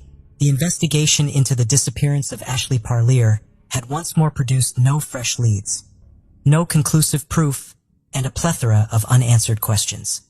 Every so often, a sudden jolt of unexpected information can rekindle hopes of solving a protracted mystery in the complex web of cold cases. That opportunity presented itself in the Ashley Parlier case from an unexpected source. When they got a call from Pennsylvania law enforcement, Calhoun County officers were surprised. It happened that detectives from Pennsylvania were interrogating 44-year-old Harold David Hallman III in January 2021. Harold was not just any suspect. He was suspected of being a serial killer. The investigators working on Ashley's case were immediately interested in this revelation. They wondered what information about Ashley's disappearance could possibly be revealed by questioning such a notorious felon. It's possible that the name Harold David Hallman III doesn't immediately come to mind, but he has a dark past. Harold, who was born on November 29, 1978, spent some of his teenage years living with his father in Germany. However, young Harold opted to remain in Germany with a girlfriend as his father relocated to Turkey. Although from the outside he appeared to be just another young man. Looks can be deceiving. Harold committed his first known murder at the age of just 20. A 21-year-old Air Force colonel's son named Joseph Whitehurst was his victim. Whitehurst's body, which had been brutally attacked with a club, was found outside Ramstein Air Base. Harold admitted to killing him while in German custody for a different charge. He claimed it was self-defense. Harold was given a lenient 6-year sentence and a reform school because of his advanced age and a schizophrenia diagnosis. Harold later made his way back to the United States, where he settled near Battle Creek Lakeview and worked as a truck driver. He became involved in the tragic 2005 disappearance of Ashley Parlier around this time. Years later, a mother of two named Tiana Phillips disappeared on June 13, 2018. During Harold's interrogation 3 years later, he said he hadn't intended to kill Tiana Phillips. He merely felt the urge to murder. Another woman, Erica Schultz, comes next in the year 2020. On December 6th, she disappeared. Her disappearance and murder was linked to Harold via phone records, and he casually compared her murder to a typical day at the park. When he was finally caught, he was injured along Pennsylvania railroad tracks. Harold saw his actions as sins requiring atonement. While in the hospital, he admitted to killing both Schultz and Phillips. Later, while he was in prison, he wrote a letter to his estranged wife, where he detailed his crime against Phillips. This was a devious attempt to demonstrate his devotion to his wife. Harold, interestingly, had a pattern. He would attack, making sure his victims were unconscious, and then leave their bodies in isolated places. His victims would vanish and sustain head injuries. He committed horrifying, organized crimes. The reasons behind Harold's sinister ideas and actions were marquee. He had sophisticated theories about how power works and was interested in learning more about serial killers. He thought that relationships have a clear power dynamic where one person is dominant and the other is submissive. When his wife failed to play the submissive role, he looked elsewhere for that dynamic. When questioned, Harold was able to recall all the specifics of his crimes. He was very familiar with them. He acknowledged that if he wasn't caught, he would kill once more. After identifying two of the victims, Deanna Phillips and Erica Schultz, whom he had killed, Pennsylvania detectives investigating the horrific crimes committed by 44-year-old serial killer Harold David Hallman III discovered another unexpected revelation about Ashley's case. During interrogation, Harold shocked the officers by requesting that the cases of Phillips, Schultz, and Parlier be combined. He hoped to avoid several trials. The detectives were taken aback by the mention of Ashley Parlier. They hadn't discussed her case during their conversation. Their initial confusion gave way to increased curiosity. Harold might be able to shed some light on Parlier's disappearance. When detectives pursued the Parlier angle further, they encountered a startling confession. Harold openly admitted that he was curious about murder. "I just wanted to see what it felt like," he said to the detectives. For him, there was no activity or substance that could compare to the feeling of ending someone else's life. He committed his violent acts as a result of his grisly curiosity. His words painted a picture of a mentally troubled person. The detectives immediately contacted the Calhoun County Police Department to inform them of the startling confession's discovery and to update them on the case's progress. The detectives investigating Parlier's case went to question Harold right away because their curiosity to learn more details from him had piqued. Their further inquiries verified Harold's connections to Ashley Parlier. Records showed that Harold lived in Battle Creek from 2002 to 2009, a time frame in which he communicated with the missing young girl. The police put together a chilling timeline after doing more investigations. Ashley had sought shelter with Harold in Emmett Township, Michigan, following a dispute at her home. She told him about her family's worries and her pregnancy. This visit, however, took a tragic turn. The two got into a heated argument, and he started attacking Ashley. He soon carried her away to the isolated Pennsylvania hills, which was a quiet area. He then took her life there. Although Harold's admission deepened the tragedy, it also brought about closure in some ways. He remembered throwing away his blood-stained clothing and leaving Ashley's remains in Newton Township's northern area. Harold provided more information about his friendship with Ashley Parlier while the questioning was still ongoing. His admission made it clear that they had first met at an event where her parents were also in attendance. This coincidental meeting resulted in a conversation between the two of them, opening the door for a closer relationship later on. He also described how things played out on that crucial day when Ashley argued with her parents. Ashley had contacted him, not because he had any preconceived plans, but rather because he appeared to be someone she had trusted when she went to see him. Ashley confided in Harold about the pressure from her parents to get a pregnancy test. Harold's admission that he was the father of Ashley's inborn child shocked the detectives. Anyways, after the news of a potential pregnancy from Ashley, the atmosphere became tense and the two had a confrontation on the evening of June 13th, 2005. In the midst of their argument, Harold lost his cool. He struck Ashley uncontrollably, knocking her out. He then took her about 10 miles out of the town center to a remote place where he described as an overgrown field in Michigan. This isolated location, which had a nearby garage or possibly a deserted house, served as the setting for a depressing story. Harold recalled the unsettling atmosphere created by Ashley's motionless body in the back of the car and the quiet surroundings. The fact that there were no passing cars confirmed his impression that this was the perfect spot to put Ashley's life to an abrupt end. He recalled the incident, explaining how he took Ashley out of the car and, in a fit of rage, killed her to ensure she would never live on the earths again. After that, Harold left for his house and removed all of the evidence. Later, he dumped his bloody clothes at Meijer, a well-known American superstore where he was employed at the time. Uncomfortably, Harold continued to be involved in Ashley's case after that. He acknowledged returning to the location years later and finding Ashley's skeletal remains. His admission was followed by an apology to the Parlier family. He expressed regret for Ashley's murder in particular, saying it was the crime he regretted the most out of all the ones he had committed. The Ashley Parlier case involved police work that was nothing short of relentless. Despite the case's many difficulties, they persevered in their pursuit of information and led for almost 2 decades in an effort to return Ashley to her family. So, when Harold Holman's confession surfaced, authorities had reason for optimism. They asked him to specify the precise location where he had left Ashley's remains in order to verify his account. This wasn't just any other case for both the officers and the prosecutors. It was extremely demanding in terms of time and resources. Over the years, there have been a number of detectives involved in the investigation who have all been committed to learning what really happened to Ashley. Their search went well beyond the boundaries of the city when local leads dried up.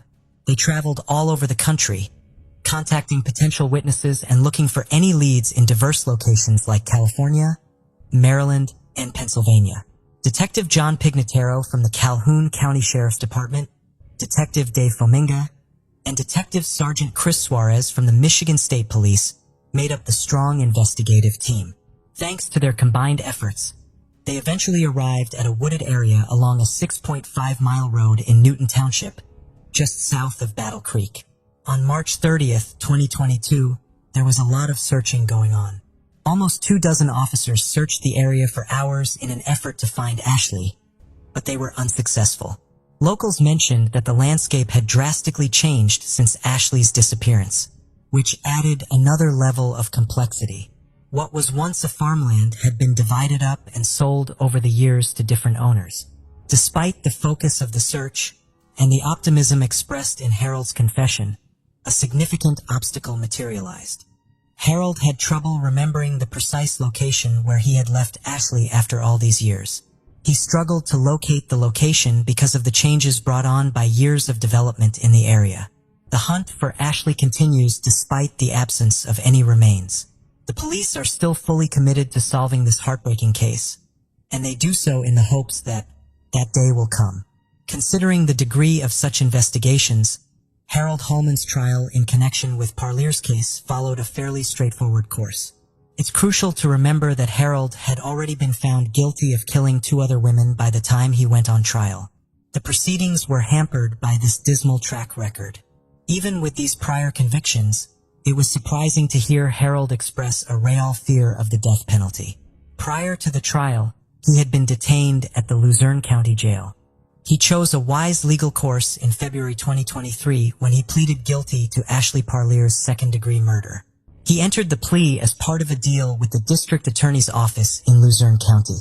He had consented to help the Calhoun County authorities find Ashley's remains.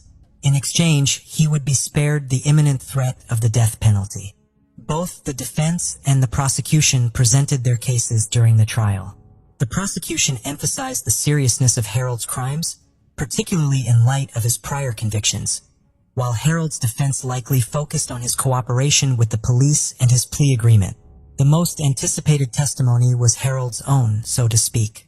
Even though no new testimonies were mentioned, his prior confession was carefully examined, and its significance was clear. The conclusion was inevitable.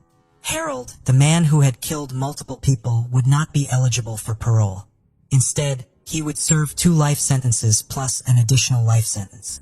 Even though Harold's legal journey appears to be coming to an end, Ashley's case still needs to be resolved.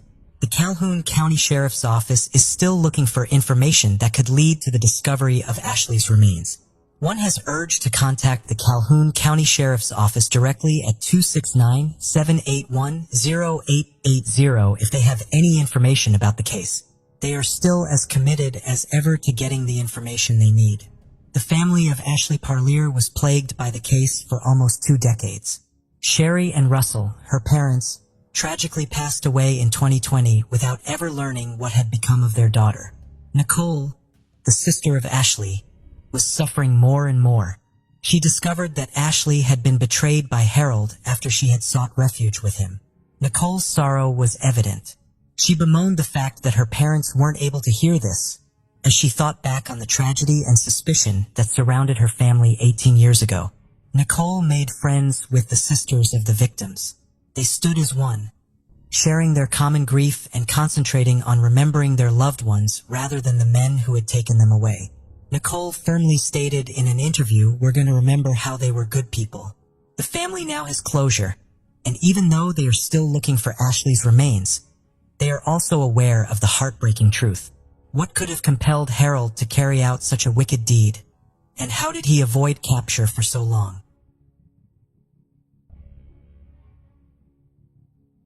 Ardith Wood, a stunning 27-year-old, was not only beautiful, but also exceptionally intelligent. She was on the path to earning a doctoral degree in philosophy from Waterloo University while simultaneously working as an editor for a philosophy journal. Ardith's dream of becoming a professor was about to come true. The summer of 2003 arrived. Ardith decided to spend her vacation visiting her family in Ottawa, Canada. She had a wonderful time with her loved ones, going on walks together and cooking at home. On the morning of August 6th, the young woman went for a run. When she returned, her thoughtful parents were already waiting for her with a delicious breakfast dessert. It was a warm and sunny day, so Ardith decided to go for a bike ride. Her brother kindly allowed her to borrow his bicycle. The girl promised to be back in a couple of hours. That day, her mother planned to go shopping before lunch, awaiting her daughter's return from the ride. Ardith loved cycling along the picturesque route through the forest, past the river and cliffs. This trail was popular among local cyclists. It was always peaceful and safe here, but not this time. 27-year-old Ardith never came home. Her mother was worried about her, and then a heavy downpour started. The woman understood that her daughter wouldn't be riding in such weather, but time passed, and she still wasn't back. The family set out to search, assuming the girl might have fallen off her bike and needed help.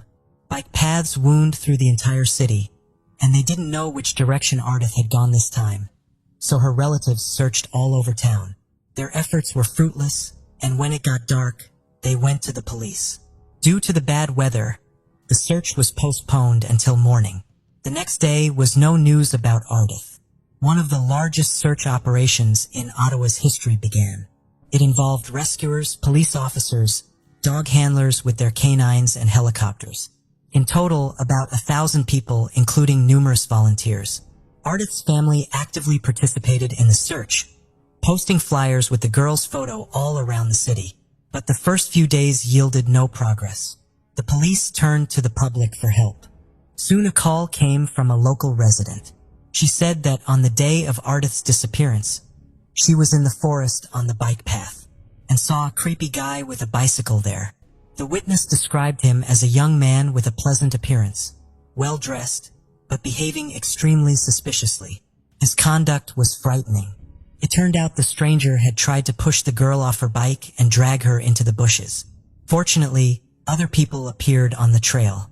The perpetrator fell behind and she managed to escape quickly. After this incident, she no longer felt safe on walks and stopped cycling alone. According to the girl, it happened in an area called Green Creek. She suggested that the stranger might have attacked Ardith as well. The eyewitness was invited to the police station to create a composite sketch. She described the suspect as a young man, 20-30 years old, light-skinned, dark-haired with a beard and glasses, pleasant-looking and athletically built. The sketch was shown to Ardith's family, but they didn't recognize anyone familiar to the missing woman. Many men wore similar glasses and beards at the time, so suspicion could fall on anyone. The investigators decided not to publish the portrait in the media, fearing a wave of false calls. The police constantly asked local residents for help, showing Ardith's photo. Law enforcement was confident. Such a bright, beautiful girl with a memorable appearance couldn't have gone unnoticed. Someone must have seen her and could provide a lead. This assumption proved true. 16-year-old Laura called the police. She said that on the day of the disappearance, while riding past on her bicycle, she saw Ardith on the bike trail. The missing woman was sitting on a rock, seemingly resting. When Laura rode further, she heard a scream. Turning around, the girl saw Ardith arguing with some guy. Laura didn't know what to think. Maybe it was just a lover's quarrel. Ardith wasn't calling for help. And then she went into the woods with that man. Laura wanted to find out what was happening, but got scared. Seeing the approaching storm, the 16-year-old witness hurried home. As she was leaving, she thought she heard someone screaming. The police invited Laura to the station to show her the composite sketch of the stranger. She recognized him. According to the girl, it all happened around 1 p.m. in the same place, Green Creek. Later, the police received several more calls from girls who had encountered this creepy guy on the trail. He attacked them, but the victims were lucky to escape. One woman's call particularly stood out. She recounted how an attractive stranger approached her during a walk. They had a pleasant conversation, but suddenly his behavior changed drastically. The men started grabbing her, but the woman managed to push the attacker away with her bicycle and quickly flee. She didn't even look back, afraid he would catch up. After returning home, the woman told her family about the incident and warned her loved ones to stay away from that place. Oddly, none of the girls who were attacked reported it to the police. The search for Ardith concentrated around the creek area. Soon, her bicycle was found, indicating the police were on the right track. Meanwhile, the investigators received another call that became a breakthrough in the case. A man, without giving his name, reported an unpleasant incident in the forest. Terrible accident. Allegedly, he didn't want to harm our Defoteca life. Confused, he decided to get rid of the body. The stranger carried the girl across the creek, dug a small pit and buried her there, covering the grave with branches. Then he hung up. The police managed to trace the call. It was made from a phone booth 20 minutes away from Ottawa. Law enforcement rushed there, hoping to find witnesses or lift fingerprints or DNA from the receiver. But disappointment awaited them. Someone had thoroughly wiped the handset. Neither eyewitnesses nor surveillance cameras could be found. The search for Ardith continued in Green Creek. Dogs trained to detect the smell of corpses arrived at the scene. Soon, the worst fears of the family and the police were confirmed. With the help of the dogs, they managed to find the missing woman's grave, located between two trees in a quiet, picturesque spot. Coming closer, the detectives saw the half-buried naked body of the girl. Likely, the criminal was startled by someone, which is why he buried the victim so sloppily. Criminologists started examining the crime scene, but unfortunately found no evidence. No fingerprints or DNA. The medical examiner confirmed it was Ardith Wood. She died a horrific, agonizing death that didn't resemble an accident at all, contrary to what the stranger said in his conversation with the police. The cause of death was drowning. Algae were found in her lungs, so the girl was still alive when she ended up in the water. Despite the body being found naked, the medical examiners didn't find unequivocal signs of rape, although they didn't rule it out. The police believed the crime was sexually motivated. In their opinion, the stranger hunted girls in a deserted place for this purpose. Otherwise, what else could have driven him? The detectives needed to catch the criminal urgently to avoid new victims. They were convinced he had attacked several girls and had already killed one. How far could the maniac go? The police decided to publish a composite sketch of the suspect in the media, asking the public for help in identifying him. Investigators received about 4,000 calls with leads and began processing them, which took a lot of time. On September 10th, the police released important information about the suspect. It turned out that the girls who saw the stranger in the forest had noticed one detail. He had an eagle tattoo on his left shoulder. This was a crucial lead that could help track down the criminal. The media published a sketch of the tattoo, after which several calls came to the police. People reported acquaintances with bird tattoos on their faces, necks, or backs. However, this information led nowhere. In April 2004, while processing another batch of calls, investigators came across an important clue. A man claimed he knew the killer. The person lived in the area and was riding a bicycle in the Green Creek vicinity of the time of the crime. The detectives were interested in this information and invited the specified suspect for a conversation. When the guy entered the police station, the investigators were amazed. He matched the criminal's description both in appearance and age. During the conversation, the young man was noticeably nervous. He said he often rode his bike along that trail, not understanding what the issue was. When the police asked him to show his shoulder, an eagle tattoo was found there. It turned out that the man had previously had problems with the law. He became the prime suspect. The interrogation lasted 3 hours. The entire time, the suspect answered questions defiantly and aggressively. He said about himself, "I'm like a scorpion under a rock. You never know what I'm going to do." The guy had no alibi, but couldn't say what he was doing on the day of our death's disappearance. However, he denied involvement in the girl's murder. There was insufficient evidence against him, so the suspect was released, but placed under surveillance. A few weeks later, he was invited for questioning again. The detectives had gathered a lot of information about him and carefully prepared their questions. They also suggested the young man take a polygraph test. The suspect agreed and easily passed all the tests. The police couldn't believe it but had to let him go. Got all suspicions. The investigation had reached a dead end. The Ottawa police announced a $50,000 reward for any information that would help solve the case. It was the largest amount law enforcement had ever offered under similar circumstances.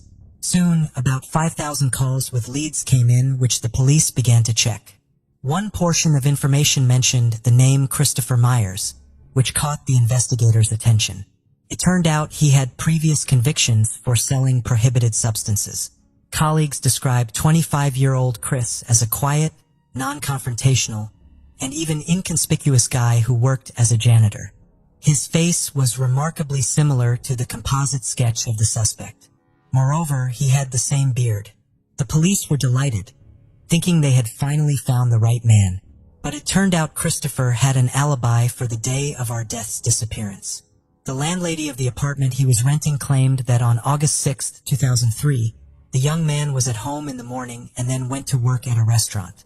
This surprised the police because a year had already passed. How could the woman remember the details of that day so clearly? Another problem arose. Christopher didn't have an eagle tattoo on his shoulder. Although witnesses insisted they had seen this tattoo on him, maybe he had it removed. The detectives were convinced this was the person they needed and had to prove it. A few weeks later, another similar attack occurred. In the evening, a girl who closely resembled Ardith was walking alone across a bridge when she heard someone walking behind her. Turning around, she saw an attractive man on a bicycle. The girl had no intention of making acquaintances or talking and asked to be left alone. The man rode past her, and just as she sighed with relief, the stranger turned his bicycle around and rushed straight at her. There was no one around who could help. The attacker jumped off his bike and forcibly dragged the victim into the bushes. The girl screamed very loudly, which seemed to frighten the assailant. He fled. The victim went to the police. Other investigators took on this case. Everyone assumed it was an attempted robbery, and the detectives investigating our death's disappearance found out about the incident much later. In May, another attack occurred on a tall blonde woman similar to the missing person. The girl was returning late in the evening from a party when a stranger approached her and tried to strike up a conversation. She asked to be left alone. Then he started asking for help, claiming he was lost. The girl explained where he should go, and he left. She breathed a sigh of relief, but literally 10 minutes later, he attacked her from the bushes. The assailant furiously began strangling her, twisting her neck. At that moment, the girl thought it was the end, but she continued to resist, screaming, hitting him, biting. Her screams attracted the attention of the residents of the building who came out to see what was happening. This frightened the criminal and he fled, but this time he made a serious mistake. In his haste, he dropped his phone. Investigators established that the mobile belonged to Christopher Myers, whom they suspected in the Odd Death murder case. The puzzle came together. Chris committed all the similar crimes. He chose girls with similar appearances, blondes, and attacked them. Christopher was brought in for questioning, but he wasn't in a hurry to confess to the murder. He said he had never been to Green Creek, had never seen our death, and wasn't involved in the other attacks. Chris complained about mental health issues and uncontrollable aggression, but insisted he hadn't caused physical harm to anyone. The detectives noticed he had crooked teeth and persuaded him to take a polygraph test. The test lasted 5 hours, and Chris failed it miserably. But despite this, he still continued to claim his innocence, saying the polygraph was wrong. Since the results of the lie detector test weren't considered evidence, the suspect had to be released. For the next 5 months, detectives gathered evidence against him, interrogating everyone who knew Christopher, relatives, friends, colleagues, and his ex-girlfriend. It turned out Christopher was born into a dysfunctional family of alcoholics. His difficult childhood was accompanied by the development of various mental disorders, attention deficit disorder and schizoid disorder. Chris was taken from his birth family and adopted by another couple. The adoptive parents treated the boy with love, but he was uncontrollable. They couldn't cope with raising the troubled child and returned him to the orphanage when Chris turned 12. As he grew older, he seemed to become an ordinary, normal guy. Christopher graduated from school, entered university, socialized with friends, and lived in a dormitory. But his roommate considered Chris abnormal. He told creepy stories that frightened her. Eventually, she kicked him out of the room. Chris's ex-girlfriend revealed that he loved cycling along the trails of Ottawa and was fascinated by the picturesque scenery. She also disclosed his main secret. Christopher enjoyed temporary tattoos. For a while, he had the exact image of an eagle on his shoulder. The girl was shown a sketch of the tattoo, and she confirmed that he had the same one on his left shoulder. Christopher was summoned for questioning on October 13, 2005. He was placed in a very cramped interrogation room. This time, the conversation was conducted by burly men who pushed their chairs right up against Chris. All this put tremendous psychological pressure on the suspect. The investigators started with simple words. "We know everything about you, Chris. We know it was you who killed our death." Christopher responded evasively.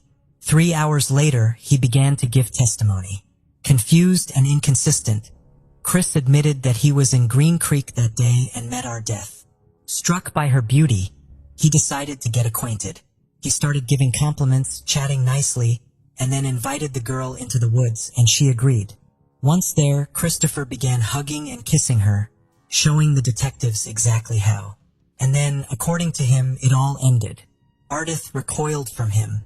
Apparently, she didn't like his manners. She ran away but fell into the creek. Christopher tried to save the girl but failed. He wanted to portray himself as a hero, but this absolutely didn't correspond to his subsequent actions. For some reason, he pulled Ardith's body out of the water, undressed it, and buried it. When the policeman stated that Chris was going to be charged with murder, he immediately retracted his words. "No, I never met her. It was a joke. I took all the information from the newspapers." The detective had to have a serious one-on-one conversation with him. Eventually, Chris confessed to killing Ardith. He even drew a map with the trails in Green Creek where he met the girl. On it, he marked another person, Laura, who saw him with the victim in the forest. Laura recognized the suspect as the same man she had seen then. Christopher was arrested on October 20th, 2005. He agreed to go to the crime scene to recreate the events. But when they arrived at the indicated trail, Christopher suddenly declared that it wasn't the right location, claiming everything happened elsewhere, although everything matched. Christopher had an unstable psyche. He would give testimony and then retract his words. Later, he also confessed to other attacks on girls.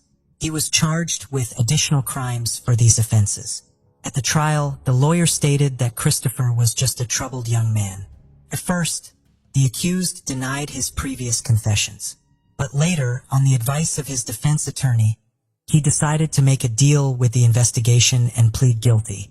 On January 8, 2008, 5 years after the murder, the defendant confessed to the crime but refused to disclose the motives and details. Later, he also admitted to the other attacks. The prosecution believed that on that day, Chris wasn't on the forest trail by chance. He was stalking his prey like a hunter. He attacked several girls who were lucky enough to escape. The likely motive was sexual assault. Ardith was unlucky that day. She was Christopher's type, an attractive blonde. He tried to get acquainted with her, but something went wrong and an argument broke out between them, which was overheard by a teenage girl riding by. Under some pretext, the killer managed to lure Ardith into the woods. There, he attacked her, started undressing her, intending to rape her. To save herself, the girl ran away and jumped into the creek. Chris rushed after her, caught up, and drowned her, then buried the body. The victim's parents agreed with the prosecution's version. According to them, Ardith was a good swimmer and couldn't have drowned in the creek. In their opinion, the defendant deliberately drowned the girl. However, it remained a mystery to them how Christopher managed to convince Ardith to go into the woods with him. As part of the deal with the investigation, Christopher pleaded guilty to second-degree murder. He was sentenced to life imprisonment with a right to parole only after 10 years. In 2020, he filed a relevant petition, but the commission rejected it, recognizing the high risk of repeated crimes against women. In 2007, a plaque in memory of our death was installed on one of the centuries-old oaks in Green Creek Park. And in 2017, during a powerful thunderstorm, just like on the day of a murder, lightning struck the same tree. The oak suffered serious damage, and experts didn't believe it would survive.